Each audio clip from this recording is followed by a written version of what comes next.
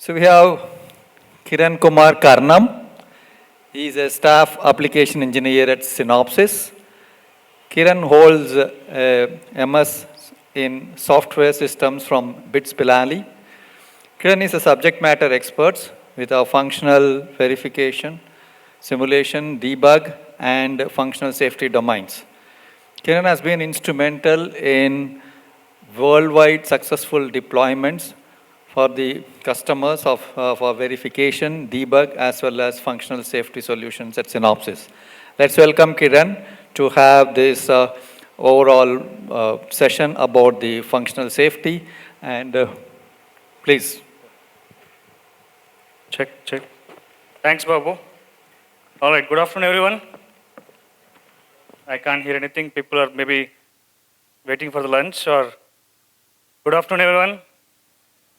Thank you. All right, so today I'm here to talk about functional safety, how we can accelerate functional safety verification with ISO 26262 compliance. And here is the agenda I have today. So though it is lengthy, let's make it more interesting and interactive so that you won't feel bored. So I'll start with basics to begin with. What is functional safety? What are the metrics that ISO 26262 recommends for functional safety verification? And then we'll have a quick overview of a comprehensive functional safety design, verification, and implementation methodology from Synopsys. And then we'll have a high-level overview on functional safety verification methodology, followed by a deep dive on various stages that are involved in functional safety verification. Finally, we'll wrap up with the Synopsys verification product certification, how and where you can review all the tool-related certificates so that you can use them in your functional safety verification or implementation. So let's start with introduction to functional safety. So what is functional safety? Anyone wants to take a stab on it?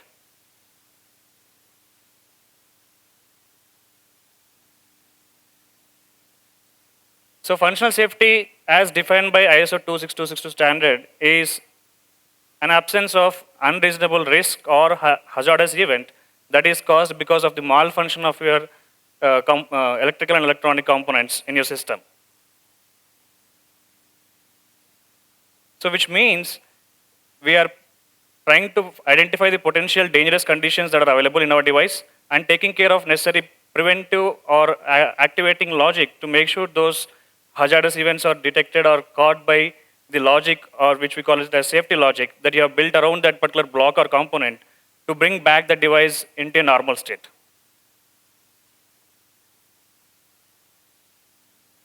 And what is ISO 26262? So in case of our functional verification, we have a standard called LRM, IEEE 2018 for system verilog, right? So similar to functional verification, in case of functional safety verification, we do have a standard called ISO 26262.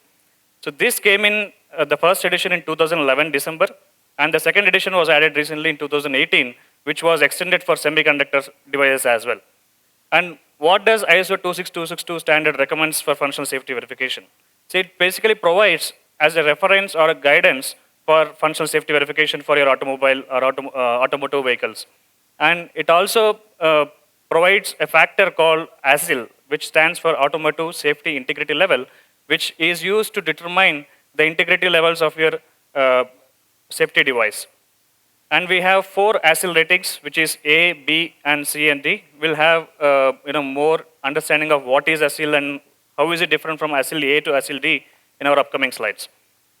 And it also helps in providing requirements to build relations between your, end customers and the suppliers of your OEM standards. And here are the fault metrics that are available as part of ISO 26262. So first one is single point fault metric and latent fault metric and PMHF, which stands for probabilistic metric hardware failures. And metrics like single point fault metric and latent fault metric are derived after your fault injection testing. So fault injection testing is nothing but you'll introduce faults into your functional verification setup and see how your DUT or your functionality of the DUT behaves. And during that exercise, we calculate or track these metrics called SPFM and LFM. And we do have another metric, which is PMHF, which stands for probabilistic metric hardware failure.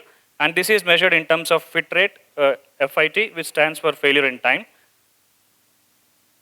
And as you can see here, we have different percentages for each metric for different ASIL levels. For ASIL B, the recommendation is to have SPFM of greater than or equal to 90 plus percentage, while for ASIL D, it is 99%. Similarly, for latent fault metric and PMHF. Now let's see what is ASIL, right? So ASIL stands for Automotive Safety Integrity Level. It's basically a combination of 3 parameters, which is probability of exposure of the failure, and once the failure has been exposed, how easy it is to control. Is the driver driving the car is able to control it or not? So that's the second parameter. And the third one is severity. How severe it is. Is it a fatal or is it kind of, a warning kind of sense? So by considering all these 3 parameters, exposure, probability of exposure, controllability of the failure, and severity, we determine ASIL rating. So ASIL ratings are from ASIL A to ASIL D, where ASIL A being the lowest and ASIL D being the stringent in functional safety verification. Now let's see some examples of ASIL. So let's take an example as a car. So when you're driving your car, you're trying to put a pressure on the accelerator, and all of a sudden your accelerator is working as a brake. So what do we say? Will it cause any impact to the surrounding vehicles, or will there be no impact? There will be an impact. So how would you categorize that impact? Is it a fatal or is it kind of ignorable?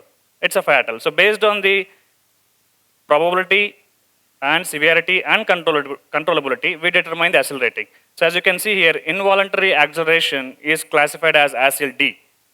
Similarly, if you see rear camera data is not available for the driver.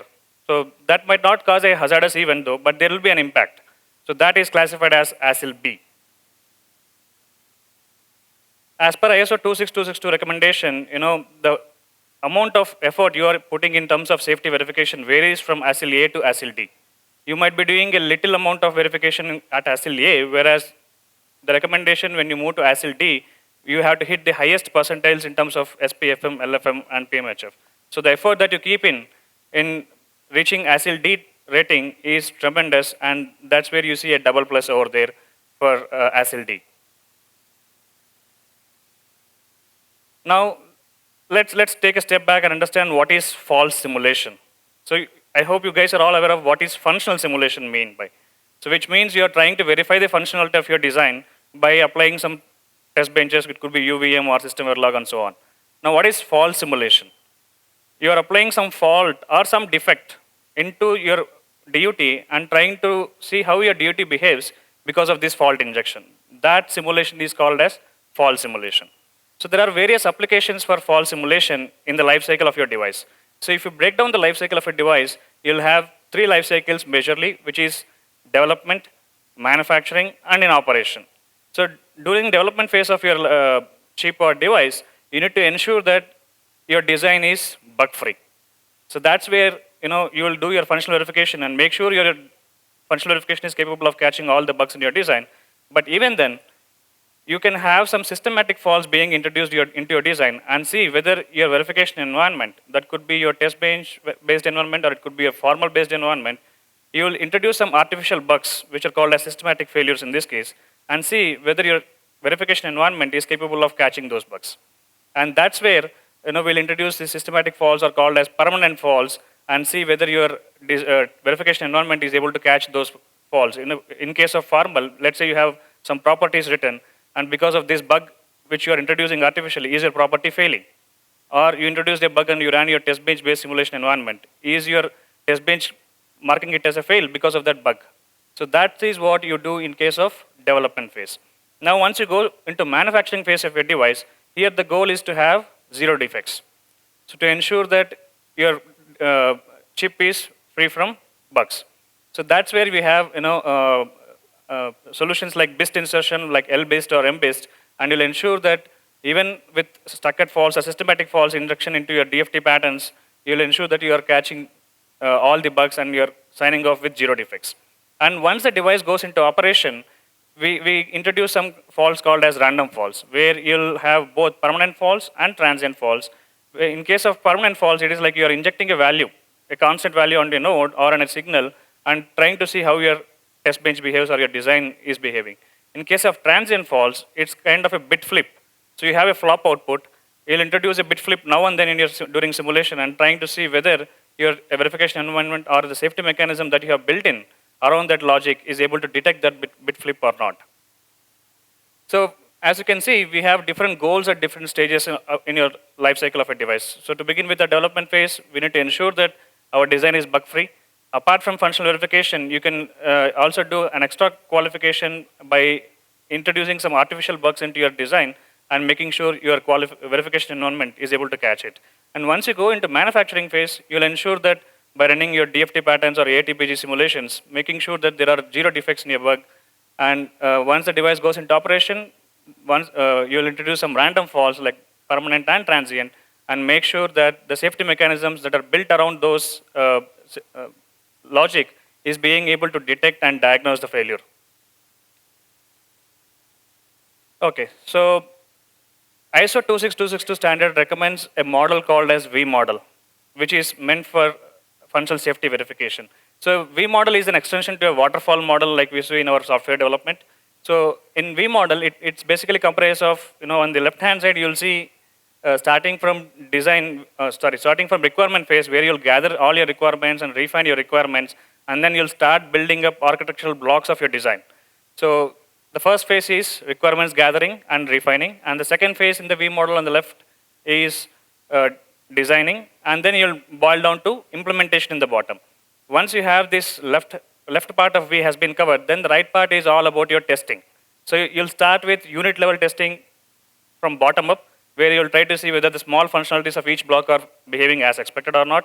Then you'll increase the level of testing to integration testing, making sure that all the blocks that are involved in the chip are integrated well and performing as expected.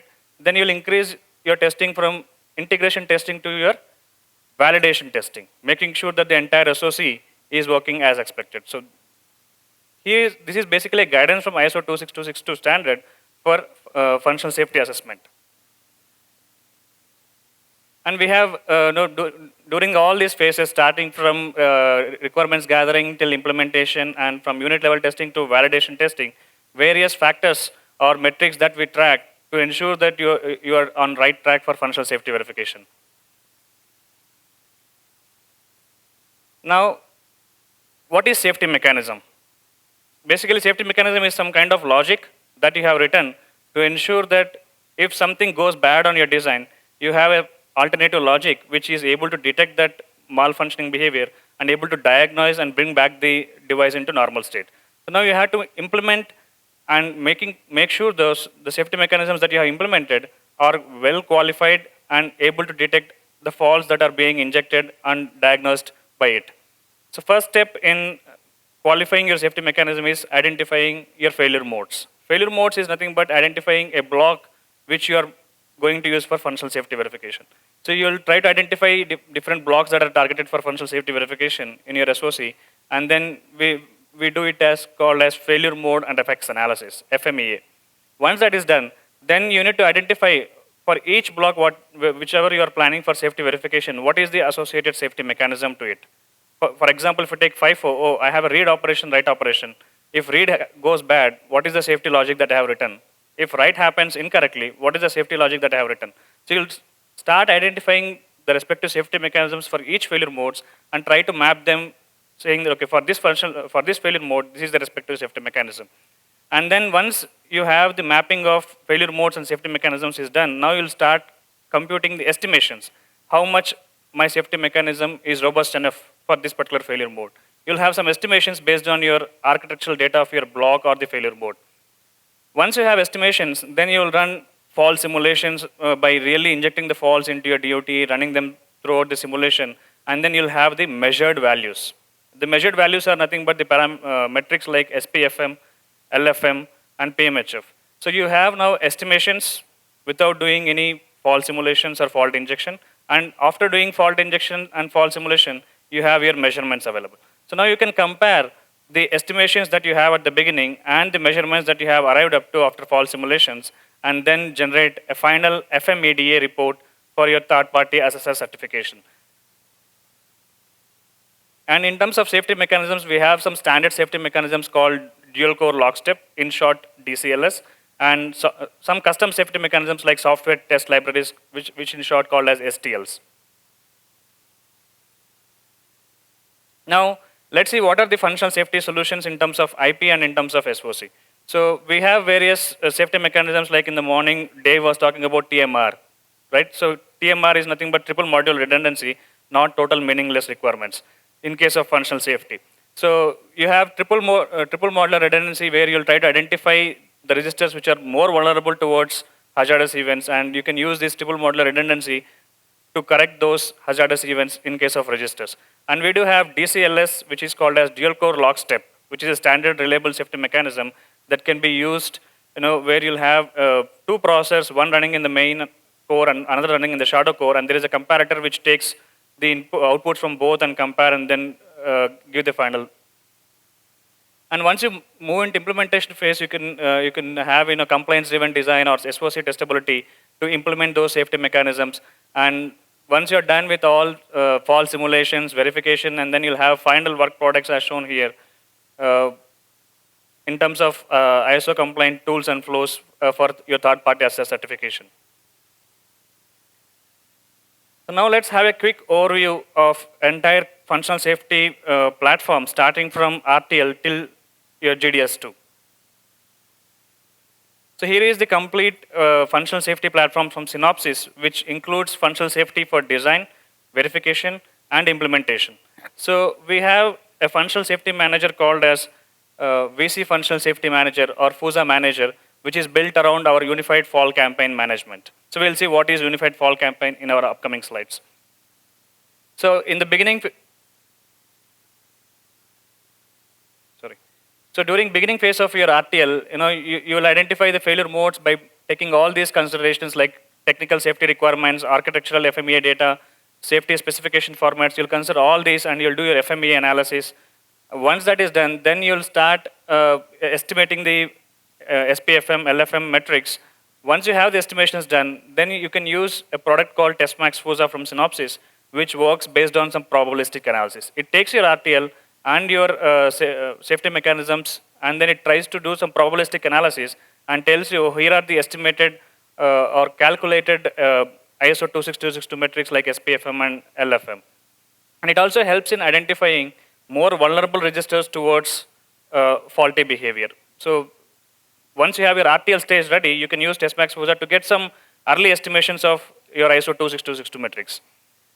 And as you move down towards flow, when you have your test bench as well ready, you can now start using your RTL and test bench and run dynamic fault simulations by using VC Zoix, which is our dynamic fault simulator.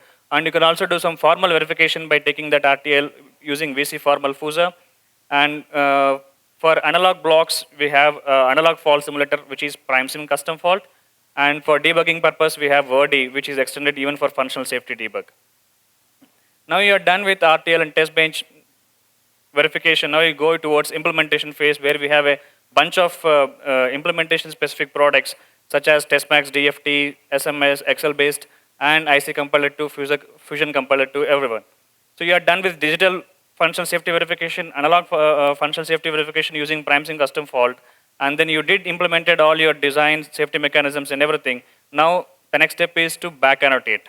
Right? You have done the initial estimations, now, and you have ran fault simulations for digital blocks, concurrent blocks, implemented them. Now you need to see what are the measured values. So you will take the measured values of your single point fault metric, SPFM, LFM, and you'll do a back annotation for VC Functional Safety Manager and see where you are in terms of measurements. You have estimations reached, let's say, SPFM 90% or LFM 95%. Now you measured them by running fault simulation or other analysis. Now you have to see where you stand in terms of measurement. So that is the final step which you do, and then you'll go towards final work product generation using our FUSA manager for your third-party assess certification. So that's a quick overview of entire Synopsys functional safety platform, which includes functional safety for design, verification, and implementation. Now let's have a quick overview of functional safety verification. Here is how our unified functional safety verification platform looks like. So if you see here, we have on the left, So on the left, we have VC Functional Safety Manager, which is capable of doing FMEA and FMEDA analysis. FMEA stands for Failure Mode FX analysis, and FMEDA stands for Failure Mode FX and Diagnostic analysis. So you'll start with identifying failure modes and respective safety mechanisms. You'll associate respective safety mechanisms to the failure modes, and then it is capable of generating a fall campaign definition file called as SFF file, standard fall format file. So VCFSM is capable of generating a fall campaign definition file, and that file is nothing but it will tell you, okay, these are the types of falls that I want to inject during, at these locations in my design. So it will tell you where to inject falls and what type of falls to inject. That's basically a high-level content of fall campaign definition file. So we will take that fall campaign definition file and we will give it to our digital concurrent fall simulator called VCZOIX. VCZOIX will take in this fall campaign definition file, and it has a binary called fall campaign compiler, FCC, which will read in that SFF file and generate fall on the locations that are specified by the user. And all those generated falls will get stored into our central repository called as FDB or fall database. We have a bunch of tools interacting with this fall database. So we have VCZOIX, which is our digital concurrent fall simulator. We have VC Formal functional safety app for fall reduction, and we have Verdi for fall coverage and debug, and we do have fault emulator Zebu, which can be used to run your long-running tests on the software for fall simulations. So all these tools will interact with our central repository called as FDB database, which are capable of reading the falls that are generated by fall campaign compiler, do its own analysis, and write back the analysis or status of those falls into the fall database. So after all analysis has been done, we can take the results that are available for all the falls that are generated from FDB and do a back annotation of the metrics DC and FSAFE. So DC stands for diagnostic coverage. Diagnostic coverage is a metric that we use to track the effectiveness of your safety mechanism. Like in case of functional verification, we do track code coverage, functional coverage, and assertion coverage. So in case of functional safety verification, to qualify how good is your safety mechanism that you have built in, or to qualify how good of the safety logic that you have written, that is indicated by a coverage factor called diagnostic coverage or DC. FSAFE is nothing but the percentage of safe falls that are available in the entire fault universe that you have generated. So once all these tools works on the fall database, reads the falls, does the respective analysis, and all the analysis or the fall status gets stored into the fall database, and then you'll do the back annotation of these two metrics back into your VCFSM, and with that you'll have estimations that you have done in the beginning, and then the measured values getting back annotated from FDB. So you can compare the estimations versus the measured values, and then generate a final work product for your ISO 26262 certification. So this is how the entire verification flow looks like, where multiple tools are interacting with a central database called as fall database. And that's where we call it as a unified functional safety verification platform. I'll pause here for a minute and see if there are any questions. Hey, a couple of questions. One with respect to Verdi, and the second one with respect to Zebu. So what I want to understand is how Verdi is fine-tuned for functional safety verification. I know Zebu from the functional verification aspects. I know what all its capabilities are. But with respect to functional safety verification, what extra it can do. And with respect to Zebu, I want to understand, I'm guessing it is more for long-running fault simulation like you mentioned. But how integrated is it in the existing flow? Like today, where Zebu's integration stand with respect to the unified functional safety flow? Thanks. Sure. Good question. So first, let me try to repeat the question for the sake of audience. The first question is, how well is Verdi integrated with this entire ecosystem of functional safety verification? So Verdi, as you all know, is a primary debug tool for entire Synopsys verification products. So you might already be using Verdi for your functional verification debug. So we have extended Verdi from functional verification to even for fault simulation debug as well. Let's say you injected a fault, you ran fault simulation, and the fault status came back as not detected, which means your safety mechanism is not able to detect that fault. So why is it not detected? You have to debug.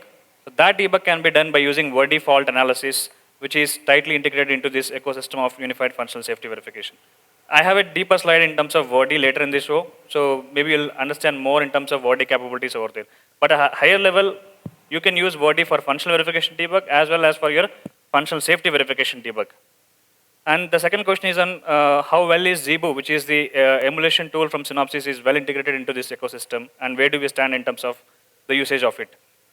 We do have an integration for emulator Zebu, where you will, as you rightly said, we'll run all the long-running tests on the software or an emulator box, including fault simulations, and then it writes back the status into fault DDB. Like remaining tools, VC Zoix, Verdi, how well they are integrated, the same applies to Zebu as well.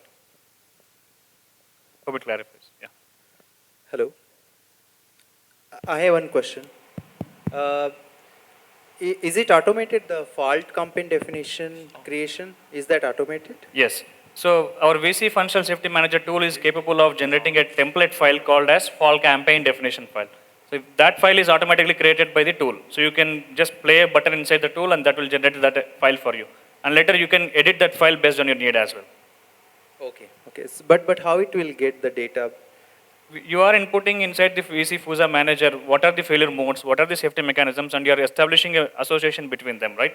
And you're also listing down, oh, here are the observation points and the diagnostic points that needs to be used, and what type of faults you're targeting for each failure mode, whether it is permanent faults, whether it is transient faults. All this data is already given by the user into the VC Functional Safety Manager tool. So by taking all the data, it will generate a fault campaign definition file, which can be used for generation of faults.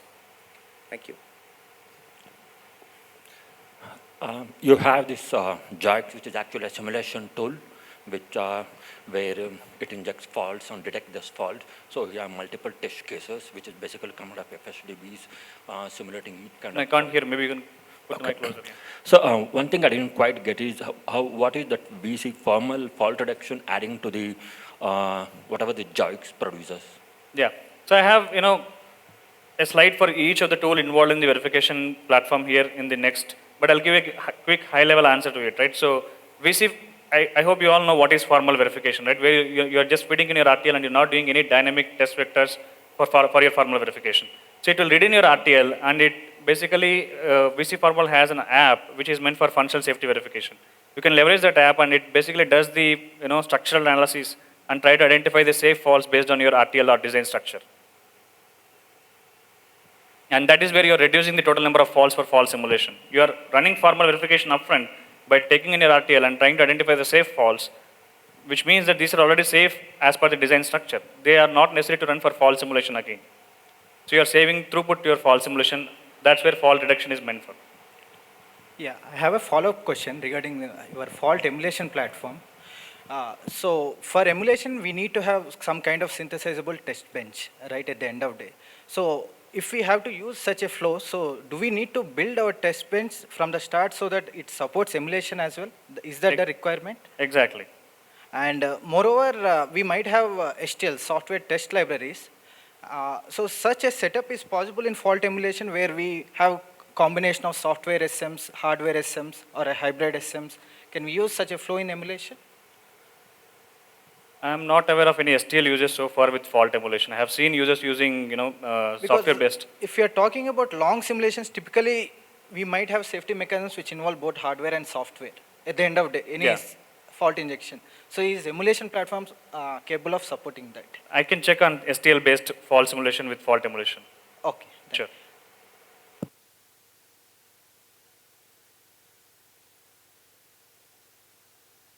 All right, so let's move forward.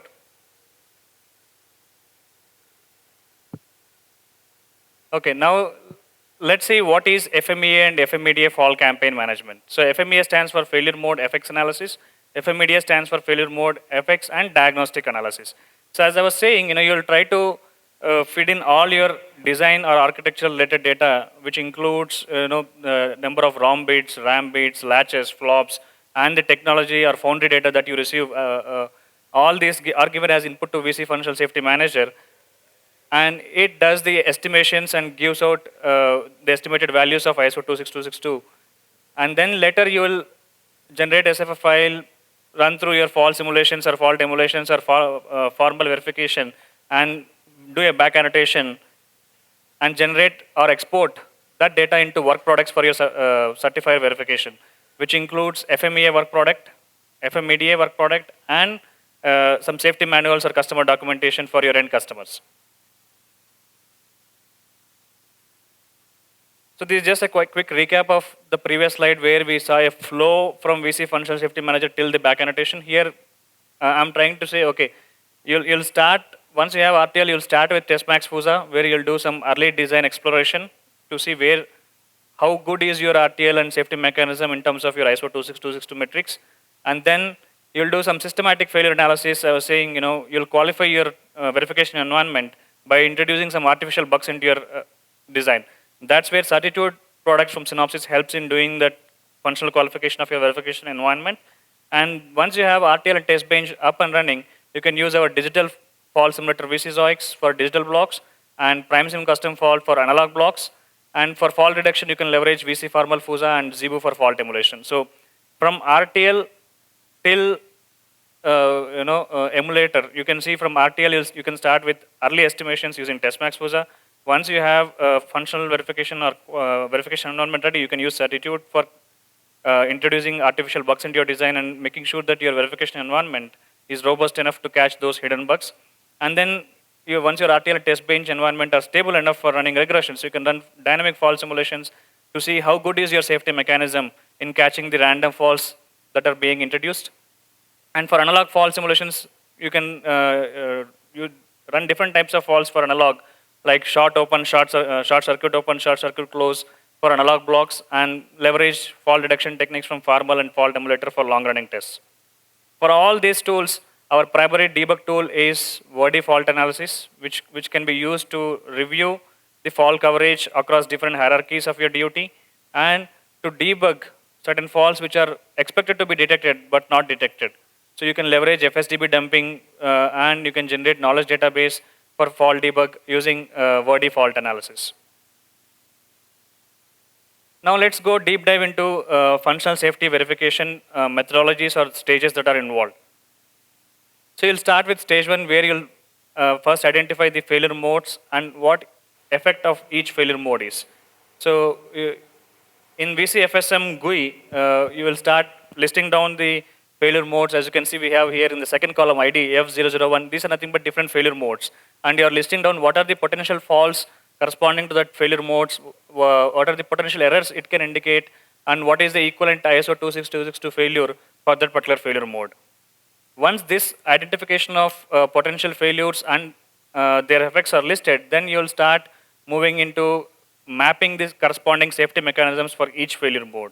So as you can see here, we have PSM, primary safety mechanism 1, 2, 3, and 4, with different safety mechanisms like ECC for memory protection, flag logic duplication, write logic duplication, read logic duplication. So you have written different types of safety mechanisms, and you're trying to map them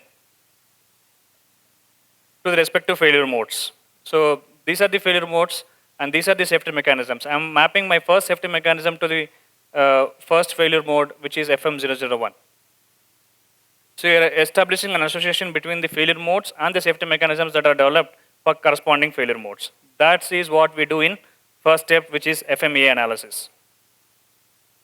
Now, as I was saying, VC Functional Safety Manager tool is capable of generating a fault campaign definition file or an SFF file, which is standard fault format file. And here is how the template looks like. So it basically has a lot of groups in it. Which, to begin with, we have status definitions, where user can define their own fault status definition. So tool has its own built-in fault statuses, but if user wants to define their own user-defined fault status, that is possible, and that can be done inside status definitions block here. And then you are grouping all these user-defined fault statuses into different status groups. As you can see here, we have dangerous unobserved, which has a group of fault status NN, NC, NO, and NT. Similarly, you have dangerous diagnosed status group, which is having NP, ND, OD, where NP is not observed, potentially diagnosed, ND is not observed but diagnosed. So you are grouping all user-defined fault statuses into different status groups, and then you will track these status groups down the line for your fault simulation verification. Apart from user-defined fault statuses and user-defined status groups, we do have a table called promotion table. Promotion table is important when you're running multiple tests for your fault simulation. Let's say one test is saying a fault has not detected, whereas other test is saying the same fault has detected. So now you need to merge and get the final status out of it. That's where promotion table comes into picture. It will try to take not detected status and detected status and promote it to a final status, which is detected in this case. So promotion table is used to promote the status of a fault when you're running multiple tests or multiple tools on the same fault campaign. And then you have a coverage formula where you can list down the diagnostic coverage. Tool calculates on its own if it is not listed, but if user has listed a coverage formula, then tool takes that formula into consideration and accordingly calculates the diagnostic coverage. So as I was saying, diagnostic coverage is nothing but the measurement that you use to track the effectiveness of your safety mechanism or safety logic. Then we have a fault generate block where you are specifying, I want to run port type faults and variable type of faults on these locations. So inside a fault generate block, you are listing down what type of faults you want to generate and on which locations you want to generate. Here, this example shows I'm interested in generating permanent stucket 0, stucket 1 faults on all ports of this hierarchy and underneath. I have a star star wildcard usage over there. Similarly, for the same hierarchy, I'm also interested in running variable type of faults for permanent stucket 0 and stucket 1. Apart from fault generation, you can also exclude some faults from this hierarchy. So certain hierarchies, you can also exclude them. So you can have exclude followed by location of the hierarchy where you want a fault not to be generated. So you can list down all the hierarchies that you are not interested in fault location or fault generation and group it under fault generate block. So this is how an SFF file looks like, which is a template file that is created after VC Functional Safety Manager. Now the second stage is you have your RTL available. Now you are interested in doing some early design analysis. So that's where our product called TestMax FUSA comes into picture, which will basically read in your RTL or gate level design and will do some probabilistic analysis, not without doing any dynamic fault injection or dynamic fault simulations. It reads in your RTL or the gate level netlist and do some probabilistic analysis in terms of fault propagation. So as you can see in the diagrams here, in case of dynamic fault injection, you are injecting a fault and trying to see how the fault propagation is happening by running some dynamic test vectors. Whereas in case of TestMax FUSA or early design analysis, you are not running any dynamic fault injection testing.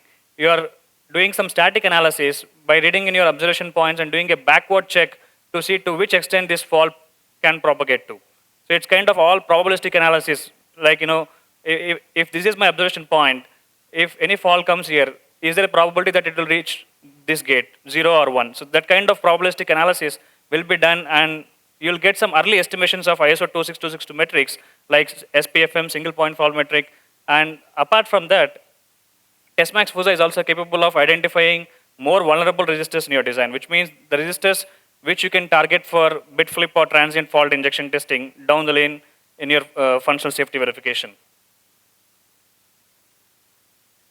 Next stage in functional safety verification is to make sure that the verification environment that you are using is robust enough and there are no design bugs hidden in your environment. And that's where you can do some systematic failure analysis using our Certitude product.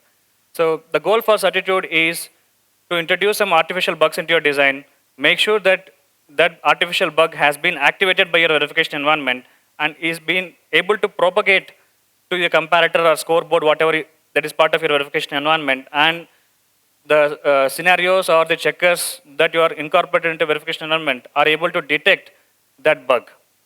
So you'll inject some artificial bug, you'll run some test case, make sure that the fault that has been injected is activated, and the faulty impact has been reaching towards your comparator or scoreboards, and your comparator or scoreboard scenarios are capable of detecting those faulty behavior and marking accordingly your tests or formal properties pass or fail.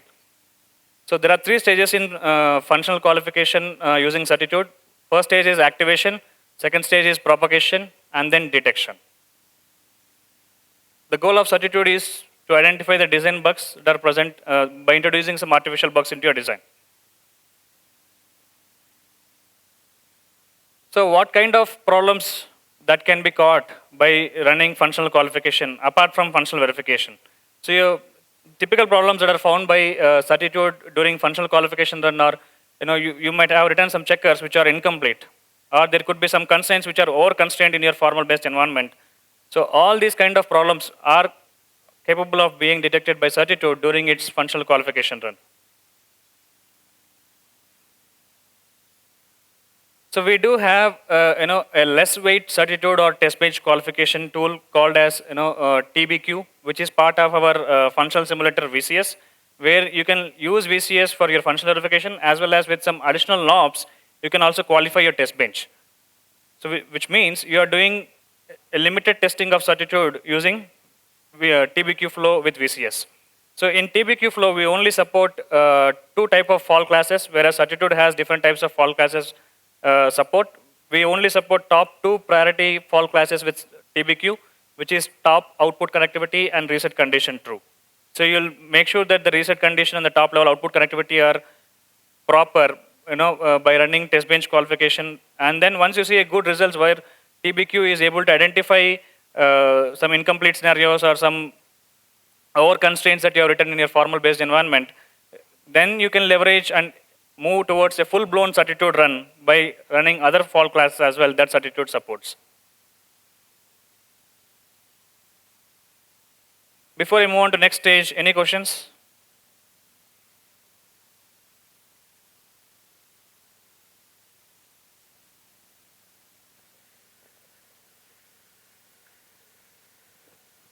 Hello. Hello. What is this potentially diagnosed, and how is it different from that non-diagnosed one? Okay. So the question is, what is the difference between a diagnosed fault and a potentially diagnosed fault? So word potential comes into picture. Let's say you are running your functional simulation and you injected a fault on it and you are running fault simulation. Because of introducing a fault, the observation points are the nodes that you keep probing to see whether fault behavior has been reached to this node or not. Let's say you injected a fault and the faulty behavior has been reached to the observation point. Because of that fault, that node is getting a value of X or Z. Then we call it as a potential diagnosed, which means in your good machine simulation, good machine means your functional simulation without any fault injection. In your functional simulation, this node A has a value of 0 or 1. You injected a fault, you ran fault simulation, the same node now got a value of X or Z instead of 0 or 1. Let's say a good machine has a 0, whereas your fault simulation has a 1, then we say a fault has detected. You introduce some, your original value on the node is 0, you introduce some fault, because of that faulty behavior, the node value changed to a known value, either 0 or 1. Then we say a fault has diagnosed. Because of fault injection, the node that you're monitoring, if it gets an unknown value or a high impedance, then we call it as a potentially diagnosed fault. So in case of diagnosed fault, you will see only a known value, 0 or 1, on the observation points or detection points.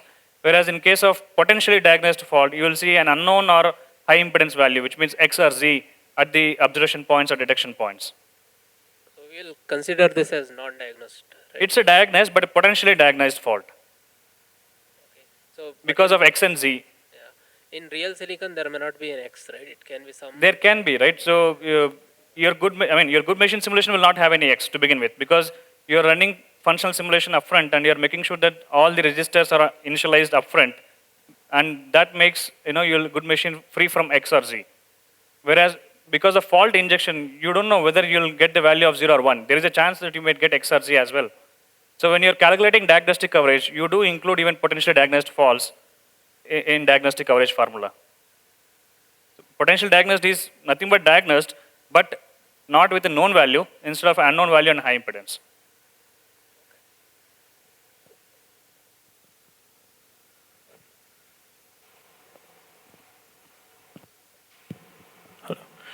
So,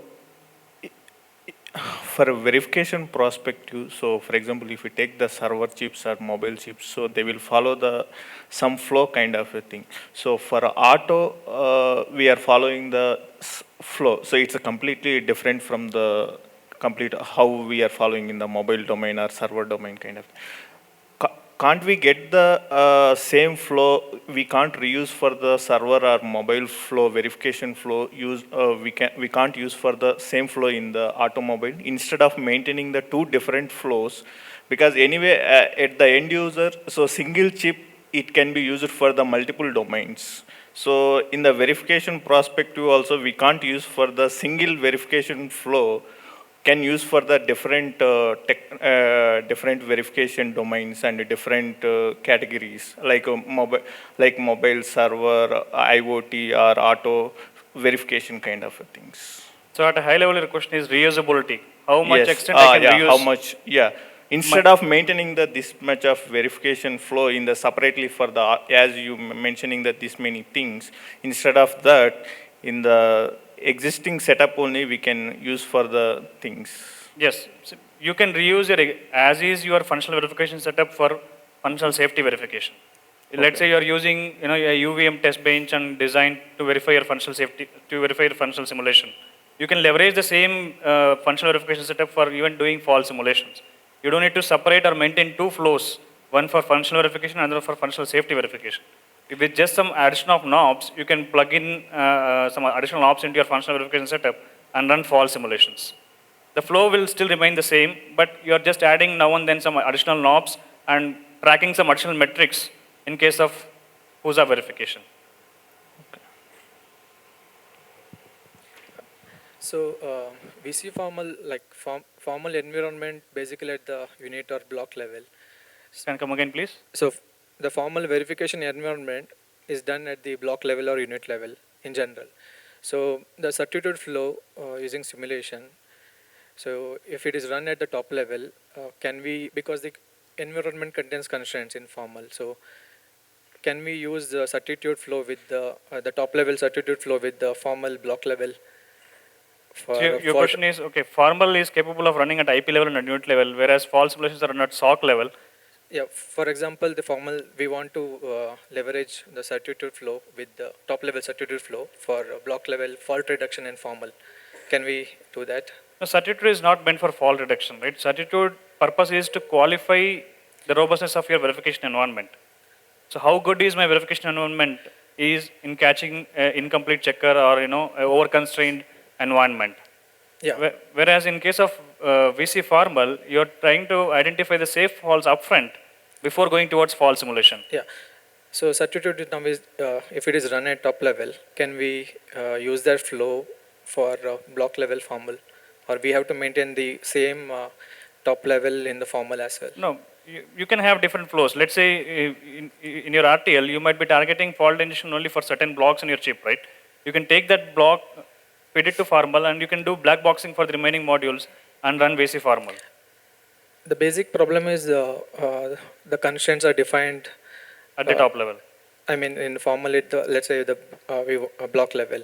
So when we run at top level with black boxes, there will be risk of dishonor of the constraints. So that's where you can run certitude for formal environment and make sure that there are any over constraints are caught by the certitude qualification run. Okay. Certitude is meant for qualifying your test bench as well as your formal environment. It will be able to pinpoint the over constraints that are part of your formal environment. All right. So now,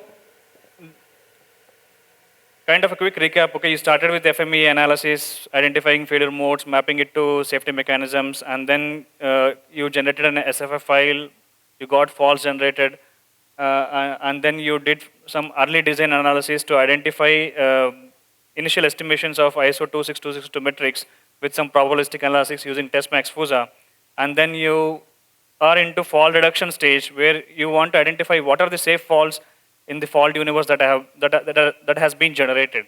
So here we can leverage VC formal functional safety app that is part of VC formal for fault reduction. So you'll take the SFF file that is generated and you'll feed it into, you'll run that SFF file with VC Zoix and generate the faults, and those faults get stored into the fault database, and then you'll run formal on that fault campaign. So you have the fault campaign definition file, you gave it to fault campaign compiler or VC Zoix, which generated the faults, and you are taking those faults and giving as input to VC formal functional safety app. Now VC formal has three analyses underneath. One is structure analysis, second one is controllability analysis, and then observability analysis. So during structure analysis, it will try to do cone of influencing based on your observation points and try to identify what are the safe faults based on the structure of your design.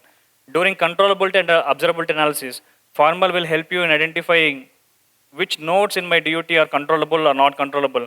It generates some properties for those nodes and try to run those properties and see which are controllable, which are non-controllable. Similarly, which are observable and which are not observable. And then you can take back the results from VC formal back in SFF file, and then you can feed that SFF file back into VCZOIX for running remaining non-safe faults. So the goal for VC formal is to identify the safe faults upfront based on the structure of your design by running structure analysis, controllability analysis, and observability analysis. Now you have reduced fault space by running formal upfront, which means you have less number of faults to simulate using dynamic fault simulator VCZOIX. So now let's have a deep dive into VC formal fault classification. So it has basically, So based on the observation points, you'll first try to see whether it is the given fault is structurally observable or not.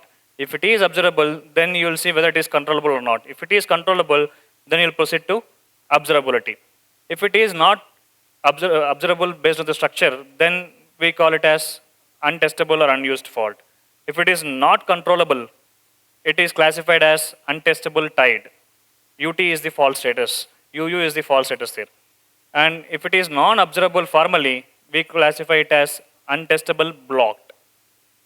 And Forma also has detectability analysis apart from structural controllability and observability. It has detectability analysis whether it is capable of saying whether a fault is detectable or not detectable based on the formal analysis.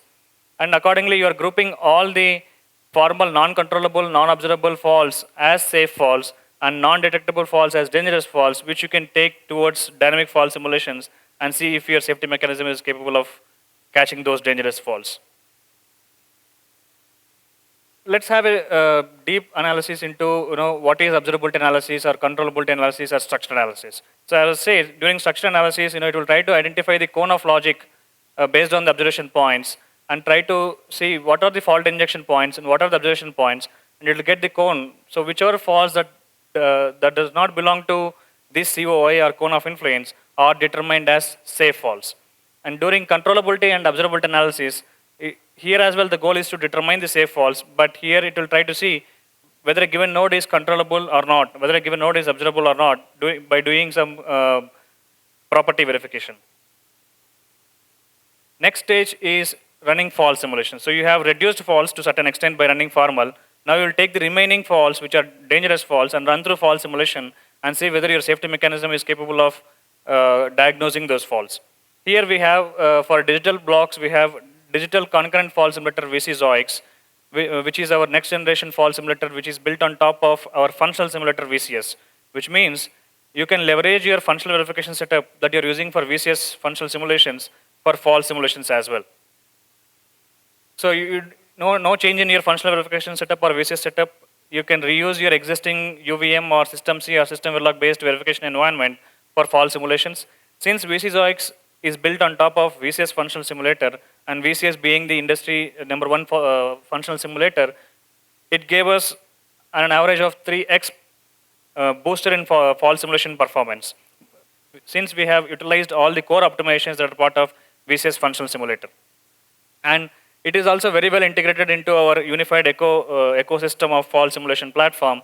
And since it is a concurrent fault simulator where you can run certain group number of faults into parallel jobs. You can group 2046 number of faults as one chunk or one task, and you can simulate these many number of jobs in parallel, and that is where it is called as concurrent fault simulator. There are certain scenarios where certain faults that you have injected can't be simulated in concurrent mode. For example, you are injecting faults on a VSDL block or a VSDL entity, or there are certain faults which are propagating towards a PLI code. In that case, our concurrent fault simulator VCZOIX will drop the fault with a status called as illegal access. So you can take those illegal access faults and run them in serial mode with VCZOIX. Serial mode is nothing but you're running one fault at a time, and you're not running all the faults that are generated. You're only running the subset of faults which can't be simulated in concurrent mode and which are flagged as illegal access. You will take those subset of illegal access faults and run them in serial manner, one each at a time, by taking the good machine as a reference or your functional simulation as a reference.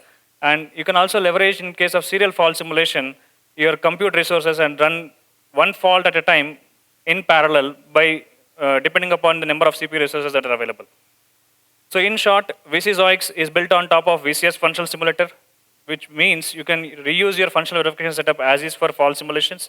Since it is built on top of VCS, all VCS core optimizations which are meant for performance booster has been leveraged for fault simulations, which gave as an average of 3 plus X fault simulation performance improvements. And VCSOIX also has serial fault simulation where certain faults that can't be simulated in concurrent mode can be run in serial manner to get a proper status to it instead of illegal access. Now let's see how a fault simulator will classify status to a fault. Like in formal, we have seen based on the observability, controllability, we have assigned some fault status to it, like untestable, unused, or untestable, tied, and so on. So similarly, in case of functional simulation, how are fault status classified? So as you can see here, you have a safety, assume this is your DUT, the parent box, and you have a orange box which is safety related logic, and a blue which is non-safety related, and you have a safety mechanism which is green in color. I'm introducing 4 faults, F1, F2, F3, F4 into my safety related block. And I have defined observation points or strobe nodes as my DUT output ports, and diagnostic points as my safety mechanism variables or safety mechanism ports. For fault that has been introduced on the input of a mux, which is F1, is classified as a safe fault. Any guess why it is safe?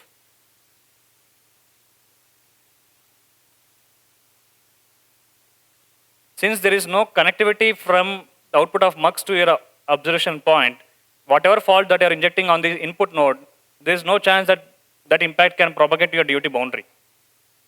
Hence, it is classified as a safe fault.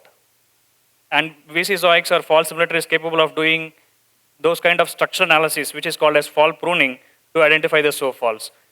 And fault F2 is classified as assumed dangerous. You're injecting a fault on the output of an AND gate here, and it is classified as assumed dangerous because there is a connection from F2 to later logic, but this fault is not reaching to the observation point. Maybe because of lack of stimulus, it is not able to propagate till observation point. So hence it is classified as assumed dangerous. In case of fault F3, there is a connection, the fault impact is reaching the observation node, which is your DUT boundary, and it has been propagated to your safety mechanism, and the detection point or diagnostic point that has been chosen is able to diagnose that faulty behavior as well. So hence F3 is classified as dangerous and detected fault. In case of F4, your safety mechanism is not able to diagnose its impact.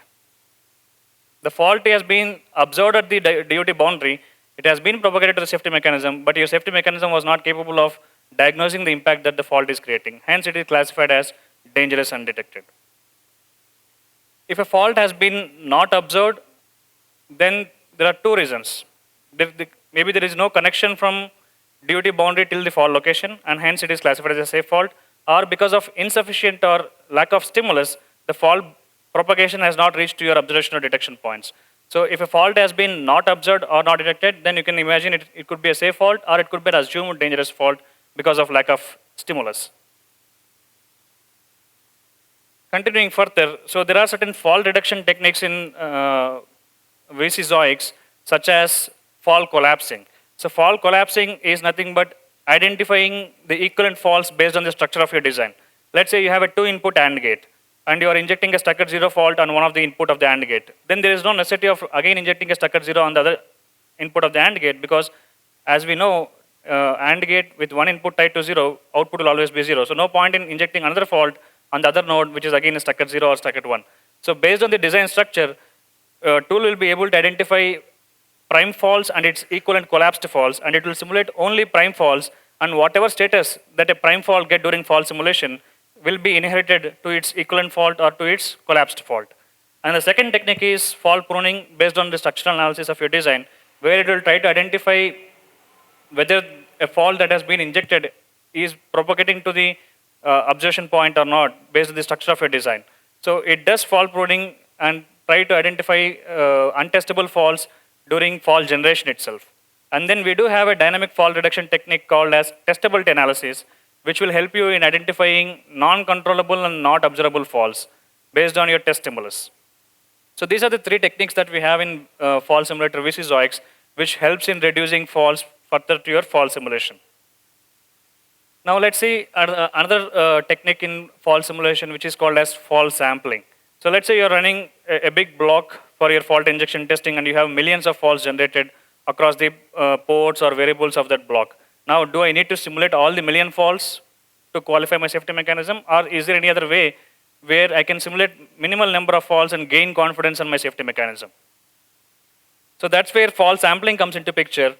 When you have a large fault universe, ideally, yes, you need to inject all faults and run through the simulation, but you can imagine how much time it takes to simulate millions and billions of faults, and when will you gain confidence on it? Whereas in reality, you can run limited number of faults based on certain parameters. For example, if you are using standard reliable safety mechanisms such as dual core lockstep DCLS or ECC for your memory, then you can choose a small number or percentage of faults for running fault simulation because you are using a standard and reliable safety mechanism already. And in case of transient faults, where in short it's a bit flip, the key part is identifying the timing window. It's not that you keep flipping the bit of your flop output throughout the simulation starting from time 0. You will identify the timing activity of your design where there is a large design activity going on in that timing window. Then you'll try to take that timing window and start introducing transient bit flip during that timing window. So that will save your fault simulation runtime as well as overall turnaround time of your fault simulation. So in case of fault sampling, two important factors for permanent faults: make sure that if you're using standard and reliable safety mechanisms, you can choose a limited number or a limited percentage of faults and justify your assessor that I'm using standard reliable safety mechanism and hence I went with a lower number.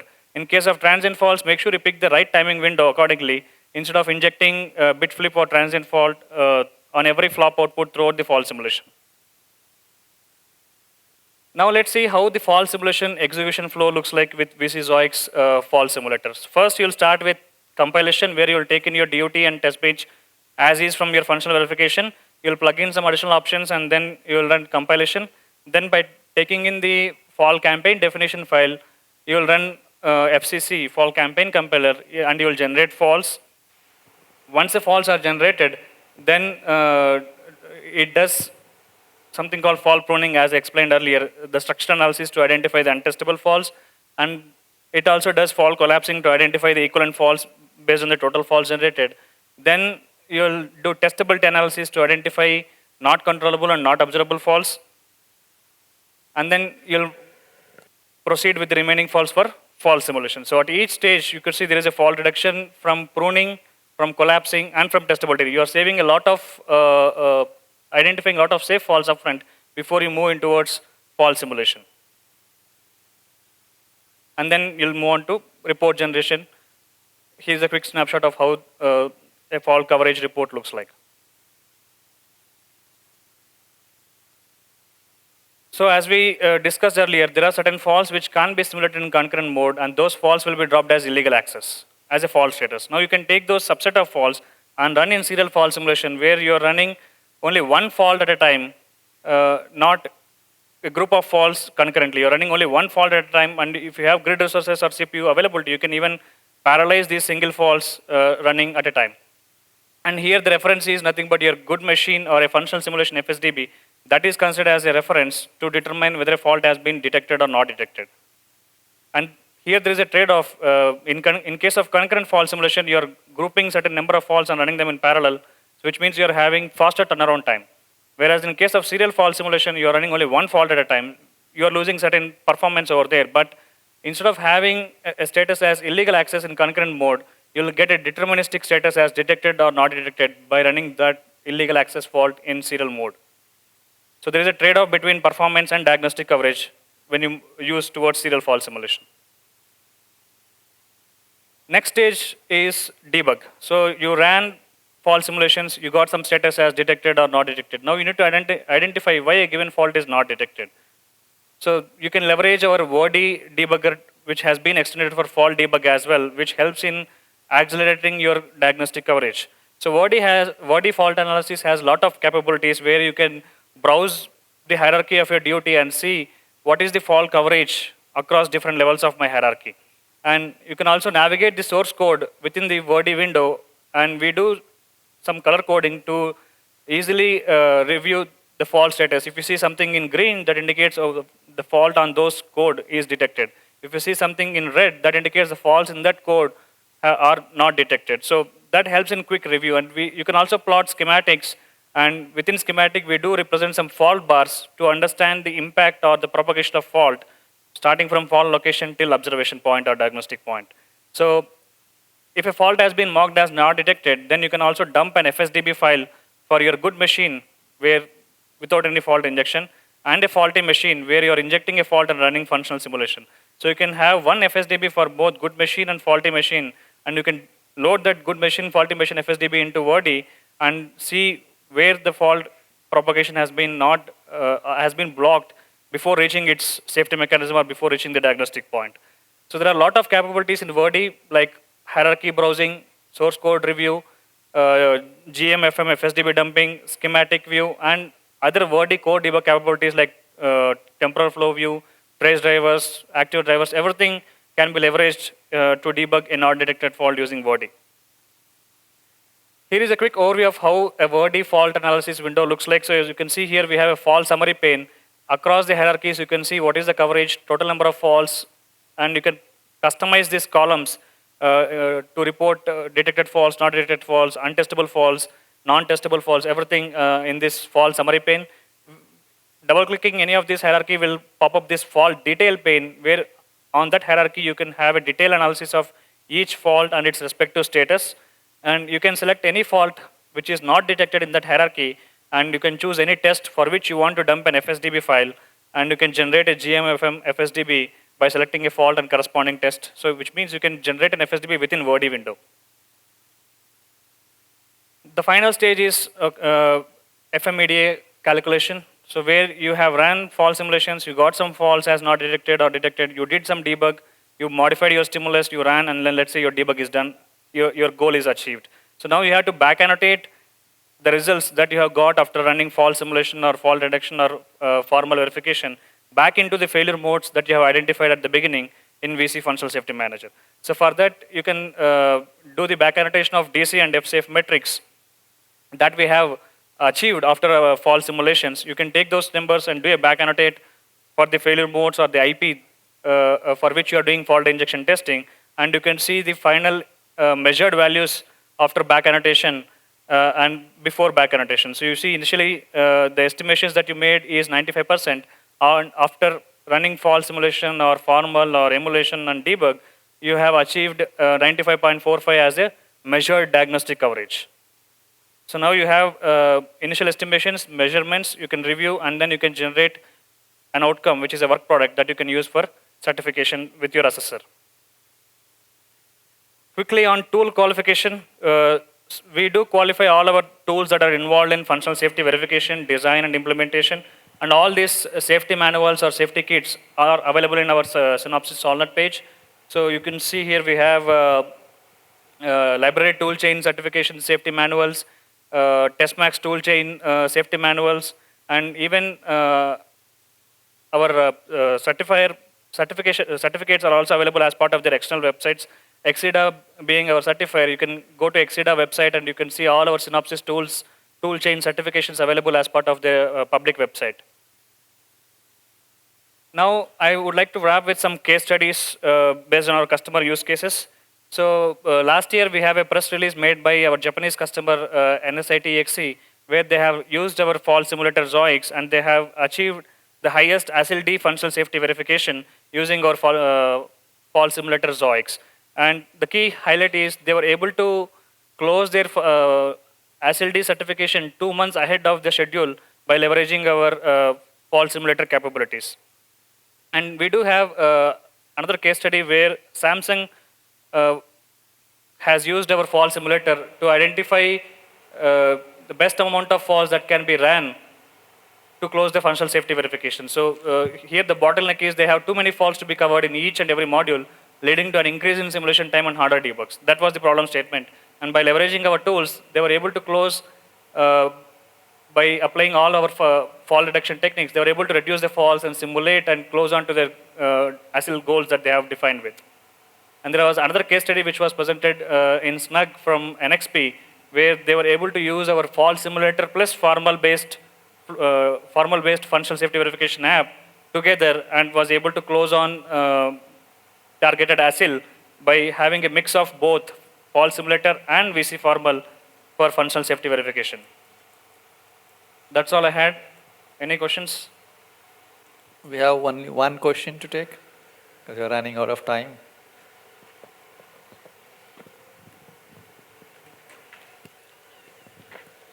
Yeah. So in formal, how fault the check if it is not converging, how it is classified? If properties are becoming inconclusive, Yeah. basically there are two factors that you can run formal for any number of days. So based on the block and based on the number of falls, you can choose to how much time you want to run for formal. If many of the properties are coming as inconclusive, then there is no point in continuing the formal run. So you can choose the time and memory accordingly upfront and then run till that time. And maybe if you have time, you can still extend it and see if some of the properties are becoming conclusive or success. In the formal step, you had some, in the flow chart, you had something like detectable, non-detectable. That input is given by the jogs. Yeah, so you are injecting a fault and running fault simulations. And if you remember, there is a file called fall campaign definition file where you are defining the status groups. So that status is what is being reported after fault simulations. Thank you, Kiran, for your Thank you, insights on FUSA. And thanks for the participants where it has been very interactive. And thanks for all the questions. Kiran is available here at any time you want any questions, any clarifications, please get in touch with Kiran. Thanks, Kiran, and I request Lokesh to come and hand over the participation certificate.